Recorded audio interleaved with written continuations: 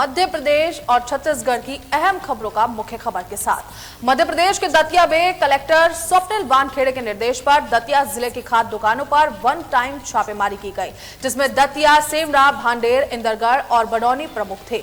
अचानक शुरू हुई इस कार्रवाई से खाद्य व्यापारियों में अफरा तफरी मच गई। पहली बार जिले में इतने व्यापक स्तर पर खाद्य दुकानों पर छापेमारी हुई है, जिससे स्पष्ट संकेत मिलता है कि प्रशासन इस बार फर्टिलाइजर कालाबाजारी और मुनाफाखोरी को लेकर गंभीर है। प्रशासनिक टीमों ने खाद्य विक्रेताओं की दुकानों पर जाकर stock register, rate list, billing machine और लाइसेंस की स्थिति की जांच की है। जांच के दौरान कई दुकानों पर गंभीर अनियमितताएं सामने आई। कुछ दुकानों में रेट लिस्ट नहीं लगी थी, कई जगह ग्राहकों को बिल नहीं दिए जा रहे थे और पीओएस मशीनों का उपयोग नहीं हो रहा था।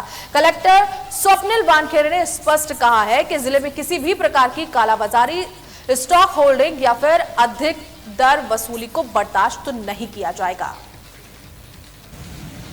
कल सभी को कल एक प्लानिंग बनाई गई थी रात को कि आज बुधवार को सभी जगह पे दोपहर 12 बजे से 2 बजे के बीच में जो भी उर्वरक केंद्र है, जितने भी उर्वरक केंद्र है, चाहे निजी हो चाहे सरकारी उर्वरक केंद्र है, सभी पे जांच की जाए और ब्लैक मार्केटिंग को चेक किया जाए। क्योंकि व्यापक पैमाने पे हमें चेक करना था, इसके कारण सभी एसडीएम्स, नायब तहसीलदार, तहसीलदार, ग्रामीण विकास के अधिकारीगण एवं शहरी विकास के भी अधिकारीगण, इसके साथ साथ फूड विभाग एवं कोऑपरेटिव सोसाइटी और बाकी विभाग के भी कर्मचारी एक साथ लगाए गए और समय। और इस खबर पर ज्यादा जानकारी के लिए हमारे साथ जुड़े हमारे संवाददाता लोकेश मिश्रा।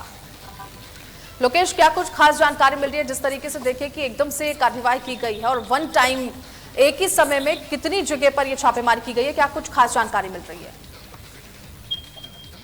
जी बिल्कुल नैना, जहां तक अगर हम नवागत दतिया कलेक्टर स्वप्निल वानखेड़े की बात करें तो एक बड़ी ही कार्रवाई देखा जाए पदभार ग्रहण करते ही देखने को मिली है, किसानों के हित को लेकर देखने को मिली है। आपको बताते चले कि कल निरंतर जानकारी मिल रही थी, क्योंकि कल जनसुनवाई का समय था और तमाम जो किसान है वो जनसुनवाई के दौरान दतिया कलेक्ट्रेट पहुंचे थे, जहां उर्वरक एवं खाद को लेकर किसानों ने कहीं ना कहीं अपनी बात रखी थी, जिसको संज्ञान में दतिया कलेक्टर स्वप्निल वानखेड़े के द्वारा लिया गया और तुरंत ही निर्देश किए गए कि एक टीम बनाकर बुधवार को जितने भी चाहे वो शासकीय हो या गैर शासकीय हो, जो भी खाद विक्रेता होंगे उनके यहाँ रेट डाली जाएगी, उनके रजिस्टर चेक किए जाएंगे, उनके जहां तक है किस तरीके का जो अमानक अगर खाद मिलता है उसको लेकर भी कहीं ना कहीं कार्रवाई की जाएगी। तो इस तरीके से देखा जाए तो दतिया जिले की सेमरा, भांडेर और स्वयं दतिया और देखा जाए जो आसपास के ऐसे क्षेत्र जहां खाद विक्रेता है उनके यहाँ जो है रेट डाली गई और सभी प्रकार के जो दस्तावेजों ने चेक किया गया और साफ तौर पर हिदायत दी गई कि ब्लैक मार्केटिंग की जाएगी या किसी भी तरह से किसानों को परेशान किया जाएगा तो निश्चित तौर पर कड़ी कार्रवाई की जाएगी, ऐसा कहना दतिया कलेक्टर स्वप्निल वानखेड़े का रहा। जी नैना। लोकेश, कुल कितनी दुकानों पर ये छापेमारी जो है इसकी कार्रवाई की गई और कितना समय इसमें लगा और आसपास में उस वक्त किस तरीके का माहौल बना हुआ था? जी बिल्कुल नैना, आपको बताते चले कि जैसे ही विभागीय कार्रवाई की जानकारी लोगों को पता चली, जो खाद विक्रेता थे या उनके दलाल थे, तो कहीं ना कहीं अफरा तफरी का जो माहौल है वो बना रहा है। और हालांकि आपको बता दें कि जो कार्रवाई का समय था वो 12 से 2 बजे के बीच का रखा गया था। हालांकि लगभग 6 बजने वाले हैं, अभी प्रशासनिक तौर पर स्थिति क्लियर नहीं हुई है कि आखिर कितनी जगह रेट डाली गई और किस तरीके की कार्रवाई रही और किन किन लोगों पर कार्रवाई की गई है, अभी इसकी जानकारी तो नहीं आई। लेकिन हाँ, शाम होते होते सारी जानकारी जो है एकत्र हो जाएगी कि आखिर दतिया कलेक्टर की इस किसान हित कार्रवाई में किन किन लोगों के खिलाफ कार्रवाई की गई है। जी नैना। ठीक है, बहुत बहुत शुक्रिया लोकेश खास जानकारी देने के लिए। चलो रुक करते हैं अगली खबर का। मध्य प्रदेश के देवास जिले में एक सनसनीखेज हत्या का मामला सामने आया था, जहां एक पिता ने अपने ही बेटी की बेरहमी से हत्या कर दी थी। बता दें कि आरोपी पिता ने अपने बेटे को रस्सी से गला घोंटकर और दराती से हाथ काटकर मारा था, फिर शव को बोरवेल में फेंक दिया था। यह जघन्य वारदात दिसंबर 2023 में हुई थी, जब हरिओम ने अपने पिता को एक महिला के साथ आपत्तिजनक स्थिति में देख लिया था। बरोड़ा थाना पुलिस ने कड़ी मेहनत से मामले को सुलझाया और आरोपी को उम्र कैद की सजा दिलाई है। पुलिस में और क्या ये जघन्य हत्याकांड था, किस तरह का पूरा मामला था, क्या पूरा विषय? जी देखिए, जैसा कि आपको विदित है, आज से करीब 2 वर्ष पूर्व 7 दिसंबर 2022 को थाना बरोटा क्षेत्र अंतर्गत एक पिता के द्वारा अपने ही पुत्र की जघन्य हत्या की गई थी। पिता का नाम मोहनलाल पिता रामचंद्र चौहान था, जिसने एक घरेलू मैटर को लेकर अपने पुत्र हरिओम की हत्या कारित की थी। रस्सी से गला घोंटकर पहले उसकी हत्या की गई और उसके बाद उसके दोनों हाथों को काटकर एक अन्य जगह पर डंप किया गया था। ये एक जघन्य किस्म का अपराध था जिसने व्यापक रूप से जनमानस को प्रभावित किया था। और जैसा आपको विदित है, मध्य प्रदेश शासन की चिन्हित अपराध योजना के तहत ऐसे जघन्य अपराधों को पुलिस के द्वारा चिन्हित किया जाता है और उनकी विवेचना पेशेवर ढंग से की जाती है। साथ ही माननीय न्यायालय में विचारण के दौरान भी पुलिस के द्वारा एक एक इवेंट को प्रॉपर्ली मॉनिटर किया जाता है। उसी तारतम्य में उक्त अपराध को चिन्हित किया गया था। मात्र 2 दिवस के भीतर मुख्य आरोपी को गिरफ्तार किया गया था। करीब 3 माह के भीतर पेशेवर विवेचना के उपरांत मार्च 2023 में इसका चालान माननीय न्यायालय पेश किया गया था। उसके पश्चात से न्यायालय में विचारण चला। हमारी अभियोजन की टीम ने उत्कृष्ट ढंग से शासन के पक्ष को, पुलिस के पक्ष को माननीय न्यायालय के समक्ष रखा। सारे जो एविडेंस पुलिस ने इन्वेस्टिगेशन के दौरान कलेक्ट किए थे उनको प्रॉपर्ली माननीय न्यायालय के समक्ष रखा और इसका ये परिणाम रहा कि जो आरोपी है उस घटनाक्रम का, जघन्य सनसनीखेज अपराध का, मोहनलाल पिता रामचंद्र चौहान, इसको कल माननीय न्यायालय के द्वारा आजीवन कारावास से दंडित किया गया है। इस पूरी कार्यवाही में जो विवेचना हमारे विवेचक के द्वारा की गई थी उनका काफी सराहनीय योगदान रहा है। नहीं सर, उसका रख दो, आवाज आ जाएगी। आरोपी मोहनलाल के अवैध संबंध उसकी रिश्तेदार महिला से थे, तो उसके पुत्र हरिओम को पता लग गई थी कि मेरे पिता के इनसे अवैध संबंध। तो महिला ने कहा कि ये अपने को बदनाम कर देगा, तो उन दोनों ने उसको मारने की योजना बनाई। तो ये वास्तव में जघन्य तो अपराध है। इसी पिता पुत्र पर विश्वास करता ही है, पुत्र भी पिता पर विश्वास करता है। तो इन्होंने योजना बनाई। इस योजना के तहत पिता अपने पुत्र हरिओम को सुबह में 5 तारीख को सुबह उठा के लेके चलो पानत करने चलना है। वहाँ पहले से महिला मौजूद थी।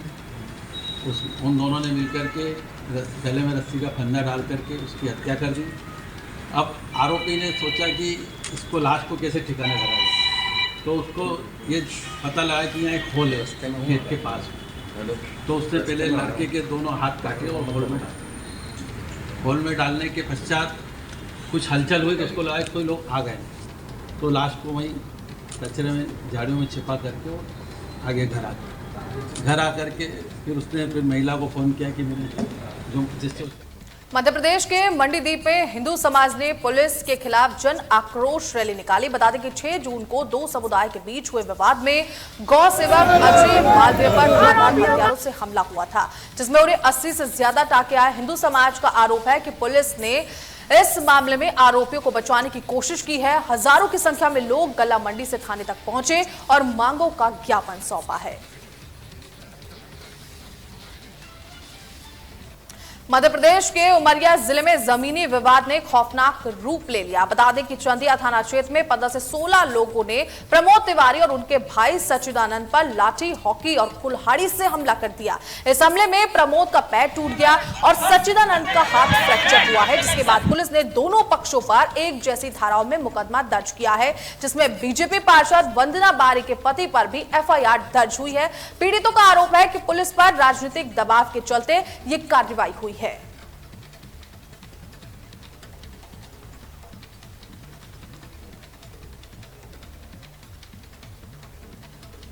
मध्य प्रदेश के गुना जिले में वन विभाग की टीम पर हमले का सनसनीखेज मामला सामने आया है। बता दें कि वरखेड़ा क्षेत्र के हमीरगढ़ में सब रेंजर संतोष बातम के साथ बदसलूकी की गई और उनका मोबाइल छीन लिया गया, जिसके बाद घटना का वीडियो सोशल मीडिया पर वायरल हो रहा है। बता दें कि इस मामले के बाद पुलिस जांच में जुटी है, लेकिन अभी तक कोई एफआईआर दर्ज नहीं हुई है।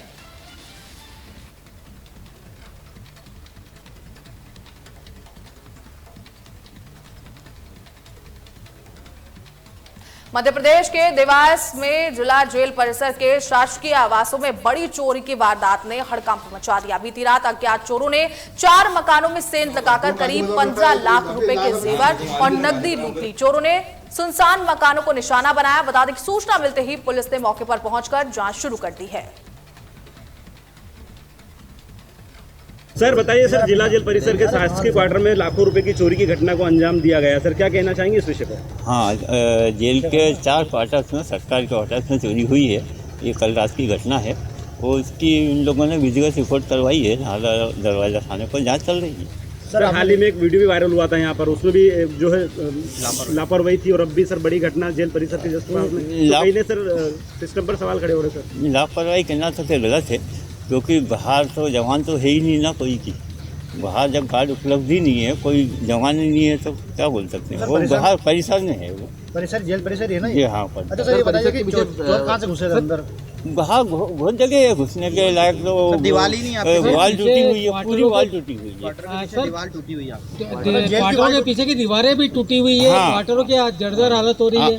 आउटर वाले में पूरी खत्म हो गई। क्वार्टरों के पीछे की दीवारें टूटी हुई है, जर्जर हालत हो रही है। उसके विषय में प्रस्ताव भेजे गए हैं, लेकिन अभी तक स्वीकृति नहीं आई है। प्रस्ताव भेजा था सर, और मेंटेनेंस कब हुआ था आखिरी बार? मेंटेनेंस का तो मुझे जानकारी अभी तो नहीं है, लेकिन हाँ प्रस्ताव भेजे गए हैं। सर ये जो दीवार टूटी है वहाँ से चोर घुसे थे क्या? जो हाँ टूटी हुई जगह से संभावना है। अब कोई देखा थोड़ी है। प्रस्ताव कब भेजे थे अपने मतलब जेल? प्रस्ताव वो तो कागज देख के बताना सर मान लीजिए जिला जेल परिसर में इस प्रकार की घटना को अगर चोर अंजाम देते तो फिर आमजन क्या करेंगे सर? क्या कहेंगे सर इस विषय पर? वही जब सही बात है, सुरक्षा का प्रश्न तो है। यदि पर्याप्त बल होता हमारे पास तो हम वहाँ भी लगाते। एक अहम सवाल है कि अदर सोर्सेज से पूरे जेल को सजा लिया गया है, लेकिन क्वार्टर जो सुरक्षा देता है, जो नौकरी करता है, ड्यूटी करता है, उसका परिवार वेरी दयनीय स्थिति में क्वार्टर में, जिनमें पानी चूरा है, खिड़कियाँ टूटी है। आप क्या कहेंगे, कोई पहल करेंगे? हम भेजा है ना, सभी क्वार्टर्स के लिए प्रस्ताव भेजे गए हैं, लेकिन स्वीकृति अपेक्षित अभी तक।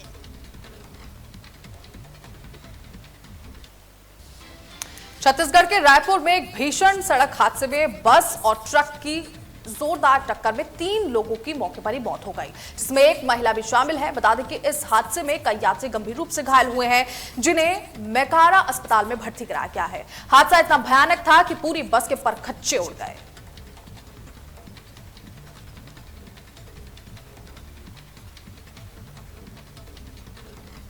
छत्तीसगढ़ के गरियाबंद नगर के जंगल में बाघ की चहलकदमी से इलाके में दहशत फैल गई। बता दें कि जंगल के सीसीटीवी कैमरे में बाघ की तस्वीरें कैद हुई, जिसके बाद से डरे हुए किसान अपने खेतों में जाने से कतरा रहे हैं। वन विभाग ने अलर्ट जारी कर लोगों से जंगल की ओर न जाने की अपील की है।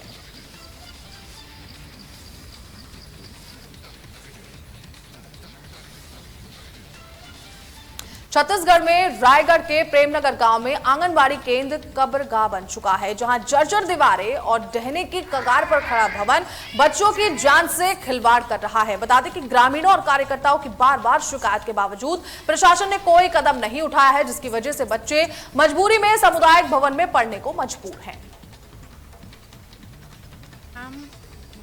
भक्तिशील, मैं आंगनबाड़ी कार्यकर्ता हूँ और प्रेमनगर कॉलोनी, क्योंकि अभी बरसात 2000 मतलब 22 से जर्जर है, एकदम पूरा जर्जर है।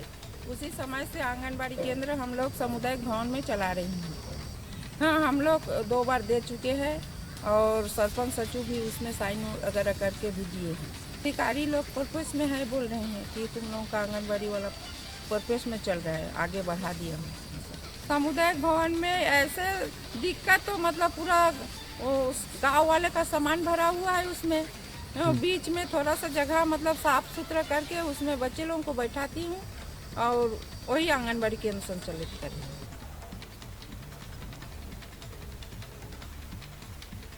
छत्तीसगढ़ के महासमुंद जिले के गोपालपुर गांव में बारातियों पर पटाखों को लेकर हुए विवाद ने खतरनाक रूप ले लिया, जहां एक पक्ष ने कैंची और धारदार हथियारों से हमला कर 4 बारातियों को गंभीर रूप से घायल कर दिया।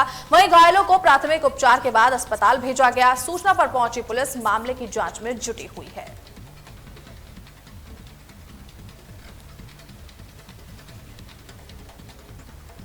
छत्तीसगढ़ के महासमुंद जिले में पुलिस की कार्यविधि पर गंभीर सवाल उठ रहे हैं। वार्ड 18 में पार्षद विजय शाह और उसके साथियों पर हसीन बेगम और उनके परिवार के साथ मारपीट का आरोप लगा है, लेकिन शिकायत करने गए दोनों युवकों को ही पुलिस ने गिरफ्तार कर जेल भेज दिया, जिसके बाद से घटना का वीडियो सोशल मीडिया पर वायरल हो रहा है।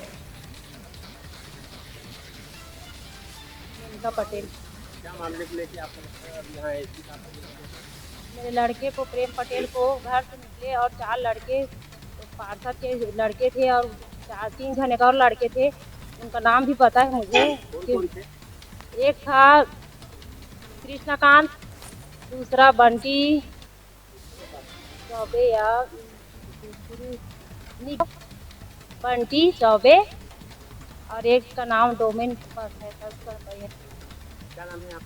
हसीना बेगम। इन मामलों को लेकर आज आप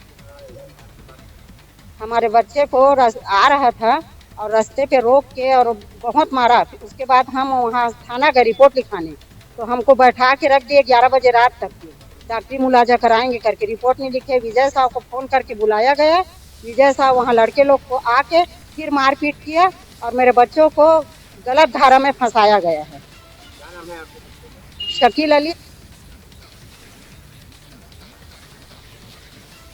छत्तीसगढ़ के जशपुर जिले में पुलिस ने फिल्मी अंदाज में पीछा कर बकरी चोर गिरोह को धर दबोचा है। बता दें कि बगीचा थाना क्षेत्र में कार से बकरियां चुराने वाले 3 चोरों को सरगुजा पुलिस की मदद से अंबिकापुर से गिरफ्तार किया गया। पुलिस ने चोरी की 2 बकरियां भी बरामद की हैं, जिसके बाद बगीचा थाना प्रभारी और उनकी टीम को नकद पुरस्कार से सम्मानित किया गया।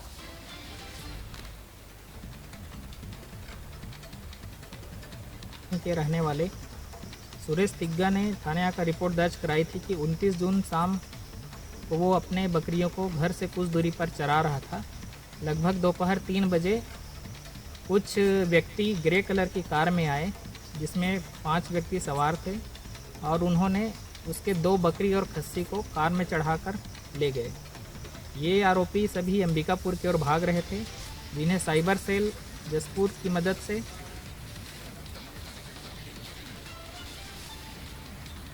छत्तीसगढ़ में जशपुर पुलिस ने ऑपरेशन तलाश के तहत 1 महीने में 110 गुमशुदा लोगों को उनके परिजनों से मिलवाने में सफलता हासिल की। बता दें कि बगीचा थाने ने 26 और पथलिया गांव ने 22 लोगों को ढूंढा और एक महिला को देवास से बरामद किया है। वहीं 1 जुलाई से शुरू हुए इस ऑपरेशन में पहले ही दिन 2 बच्चों को ढूंढ लिया गया।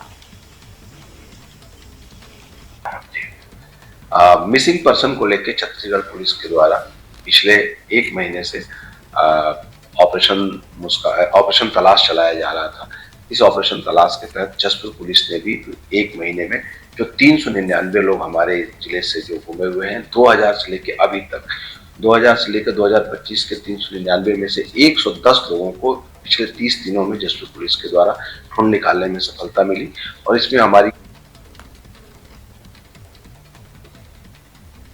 मध्य प्रदेश के आरौर में एमपीईबी की लापरवाही से बड़ा हादसा होते होते टल गया। बता दें कि वार्ड नंबर 1 में एक कर्मचारी ने चालू बिजली का तार काटकर एक युवक की टीन शेड पर डाल दिया, जिससे शेड में करंट फैल गया। गनीमत रही कि समय रहते लोगों ने इसे देख लिया और कोई जनहानि नहीं हुई। आक्रोशित नागरिकों ने आरौर थाने में शिकायत दर्ज कर कर्मचारी के खिलाफ कड़ी कार्रवाई की मांग की है।